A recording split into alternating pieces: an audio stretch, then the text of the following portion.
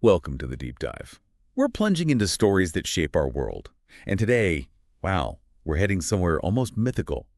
High up in the Himalayas, often wrapped in clouds and mystery, Darjeeling, people call it the Queen of the Himalayas. It's a town where, you feel like centuries of stories are just whispering through the pines with Kanchenjunga watching over it all. So our mission today is really to, well, peel back those layers. Darjeeling's past, its present, from its ancient roots, how it got so famous globally, and yeah, the tough identity struggles it faces even now.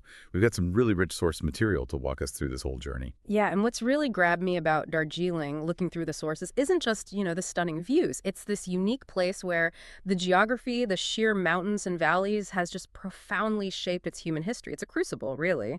So this deep dive, it's about understanding how all these cultures and conflicts kind of came together, forged this iconic place. I think there are some unexpected insights waiting for us. Okay, right, let's unpack this then. Let's start way back. Long before anyone was thinking about hill stations, Darjeeling was home to the Lepchas. They were the original people here. And for them, these hills, they weren't just land. They were sacred, alive almost. They lived, really in tune with nature, revering the rivers, the trees, the mountains. It was all part of their spiritual world. And what's fascinating, in those early days, this land was so fluid. Like, there were no hard borders. Over time, other groups came in, Bhutias, Tamang, Limbus, from Tibet, from Nepal, but it wasn't like a sudden takeover. It was more a gradual mixing. And yeah, one source puts it beautifully, saying the air belonged to the winds and the hills to the spirits. Just this pristine wilderness. But that sense of natural belonging, that harmony, it was about to change, wasn't it? Late 1700s, this new power arrives on the scene, the Gorkha Kingdom of Nepal. They swept through the eastern Himalayas, taking huge areas of land. Right. And Darjeeling, yeah, got caught right in the middle of this new geopolitical storm. But, like history often shows us, their rule wouldn't last forever. It was setting the stage for something else. That's a really key point, because that Gorkha expansion, it wasn't just happening in isolation. It led directly to a major clash in the Anglo-Nepalese War, Yeah. the British East India Company versus the Gorkhas. And this wasn't just, armies fighting. It was, as one source says, the beginning of a new era for Darjeeling. It fundamentally reshaped the whole region's future, changed the power dynamics completely. Right. That conflict really did set the stage. Mhm. And it wasn't long before another major power, well, zoomed in. So 1835, what happens? How does this mountain town suddenly become so important to the British? Well, you have to picture the British officials down on the plains, right? Sweltering in the heat, the humidity. They were desperate for a cool escape, a hill station. And when they found Darjeeling, 6,700 feet up, cool air.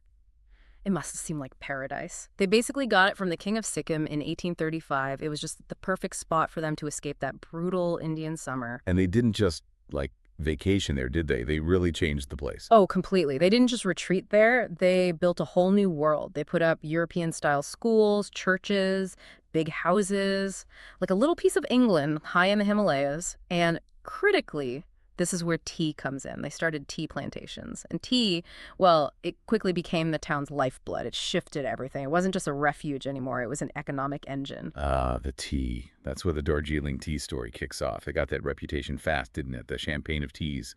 Light, fragrant, that lovely golden color. And it just thrived there. The unique soil, the mist, the climate. Perfect terroir. You couldn't find it anywhere else. But here's where it gets really interesting, and it's so important for understanding Darjeeling's identity today. The tea itself was amazing, sure, but the human story behind it, that's complex. See, those huge tea gardens needed tons of workers, and thousands, tens of thousands of Nepali immigrants came to Darjeeling for those jobs. And this wasn't just about labor. Their arrival totally transformed the town. It stopped being just a British retreat and became this bustling, diverse, primarily Nepali-speaking place. Their language, their food, their music, it all became woven into the fabric of Darjeeling. It wasn't just side by side. It mingled, this huge migration. It didn't just build the tea industry. It permanently shifted the town's culture, its identity. And that set the stage for later struggles, for recognition. Wow. And beyond the tea, there was another incredible feat, right? The Darjeeling Himalayan Railway. Finished by 1881. People call it the toy train, but it's a UNESCO World Heritage Site for good reason. Can you imagine building a narrow gauge railway that climbs from near sea level, like 300 feet, up to over 7,000 feet? They use these amazing engineering tricks like the Batasia Loop, these zigzags, The train literally reverses direction to climb steep hills. Some grades are like 1 in 12. Insane. It wasn't just a train. It was like Darjeeling's heartbeat connecting to the world. And that toy train's legacy is huge. It's a monument to 19th century engineering, recognized worldwide by UNESCO. And the amazing thing is, it's still running. You can actually ride it today. Imagine getting on board, feeling that chug, winding through those loops, those tunnels, just like people did over 100 years ago. It's like stepping into history, isn't it? It really is. Okay, so our journey now takes us past Indian independence in 1947. Darjeeling becomes part of West Bengal in India. But it had this really strong Gorkha identity, Nepali speaking, built up over decades, especially with the tea gardens. And many people in the hills started to feel, well, unheard, culturally different from the Bengali majority running the state. This feeling, it fueled this powerful, long-lasting demand for their own state, Gorkha land. Exactly. That deep Gorkha identity, that feeling of being distinct, it was the driving force. And the sources show this led to decades of uh, agitation, sometimes peaceful rallies, huge economic blockades that shut things down, but also, sadly, periods of pretty intense, sometimes violent unrest that caught national attention. It was a really complex, often tragic time driven by this deep desire for self-determination, for recognition. Right. And there was an attempt to find some middle ground, wasn't there? In 2011, the Gorkha Land Territorial Administration, the GTA, was created. What did that actually mean, practically? Well, the GTA was set up as this kind of autonomous body within West Bengal. The idea was to address those demands for self-governance. It gave Darjeeling more control over local things, land, schools, health, tourism, that sort of stuff. The hope was, decentralize power, give the local people more say, maybe ease some of those identity tensions by giving them more autonomy, but stopping short of full statehood. Despite the GTA, is that dream of Gorkha land really gone? Well, the sources are pretty clear on this. Even with the GTA, the dream of Gorkhaland still lives in the hearts of many. It just shows how complex identity and politics still are in the region. It's an ongoing conversation, not really a final answer. The GTA was a step, yeah, but for many, that ultimate goal of a separate Gorkhaland hasn't faded.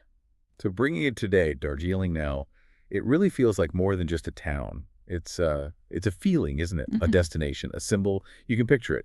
Waking up, seeing that sunrise hit Kanchenjunga, golden pink, sipping amazing tea, maybe riding that little toy train, walking streets that feel colonial but are alive with today's energy. Every corner tells a story. And what's really striking today is how it's still this vibrant melting pot. You've got Nepali, Lepcha, Tibetan, Bengali, remnants of the British influence, all contributing to this timeless land. It really shows how different human stories can come together and create something beautiful, something resilient, even with all the tensions. So wrapping this up, hmm what does this all mean for you, listening? We've traveled through this incredible history, ancient sacred ground, colonial hill station, tea empire, engineering marvel, and now a modern place still figuring out its identity. So many layers. Yeah, it really highlights that powerful, sometimes messy interplay between the land itself, the big historical events, and all the different people who left their mark. The Queen of the Himalayas, she's still a living example of resilience, of adaptation, and just the richness that comes from diverse identities coexisting. So here's something to think about as we finish. How can one single place hold so many different, even conflicting stories all at once? Quiet reverence for nature alongside huge ambition, a peaceful escape for some, but a contested homeland for others. What does that tell you about the power of place and how deeply our identity can be tied to the land we live on?